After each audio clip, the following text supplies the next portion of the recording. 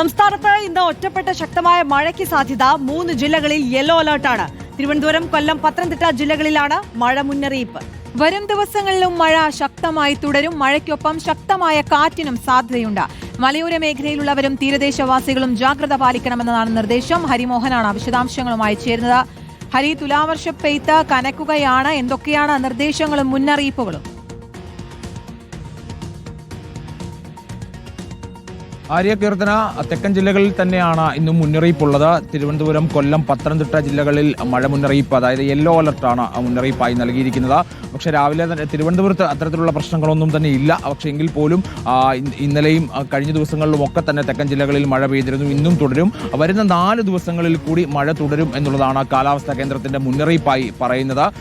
മറ്റൊരു പ്രധാനപ്പെട്ട കാര്യം, ഇതിനോടൊപ്പം തന്നെ ഇടിമിന്നൽ ജാഗ്രതാ നിർദ്ദേശവും കാലാവസ്ഥാ നിരീക്ഷണ വകുപ്പ് പുറപ്പെടുവിച്ചിട്ടുണ്ട് എന്നുള്ളതാണ്. പൂർണ്ണമായിട്ടും മത്സ്യബന്ധനം വിലക്കിക്കൊണ്ട്, അതായത് വെള്ളിയാഴ്ച വരെ മത്സ്യബന്ധനം വിലക്കിക്കൊണ്ട് നേരത്തെ മുന്നറിയിപ്പ് പുറത്തുവിട്ടിരുന്നു. അതേസമയം തന്നെ അടുത്ത 3 മണിക്കൂറിൽ ഏറ്റവും പ്രധാനപ്പെട്ട ഒരു കാര്യമെന്ന് പറയുന്നത് പമ്പ, നിലയ്ക്കൽ എന്നിവിടങ്ങളിൽ ഒറ്റപ്പെട്ട ഇടങ്ങളിൽ നേരിയ മഴയ്ക്ക് സാധ്യതയുണ്ട് എന്നുള്ളതാണ്. അതുപോലെ ഈ മഴയുടെ കാരണമായി ഏറ്റവും പ്രധാനപ്പെട്ട കാരണങ്ങളായി പറയുന്നത് ബംഗാൾ ഉൾക്കടലിലെ ന്യൂനമർദ്ദവും ഒപ്പം തന്നെ അറബിക്കടലിന് മുകളിലെ ചക്രവാത ചുഴിയുടെയും സ്വാധീനത്തിന്റെ ഫലമായിട്ടാണ് മഴ ഇത്തരത്തിൽ തുടരുന്നത്. അത് ഒരു 4 ദിവസം കൂടി തുടരും എന്നുള്ളൊരു മുന്നറിയിപ്പ് നൽകുന്നു. കൂടാതെ തന്നെയാണ് ഈ 55 കിലോമീറ്റർ വേഗതയിൽ മഴയ്ക്കൊപ്പം കാറ്റ് വീശും എന്നുള്ളതാണ് ഒരു മുന്നറിയിപ്പായി കേന്ദ്ര കാലാവസ്ഥാ വകുപ്പ് പറയുന്നത്.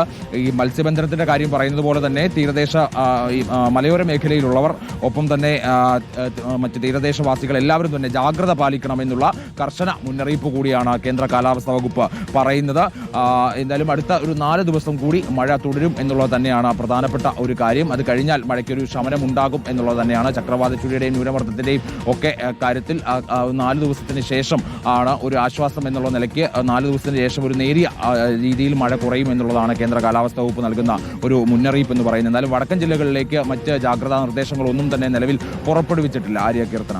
ശരി, 3 ജില്ലകളിലാണ് യെല്ലോ അലർട്ട്. ഹരിമോഹനാണ് വിശദാംശങ്ങൾ നൽകിയത്.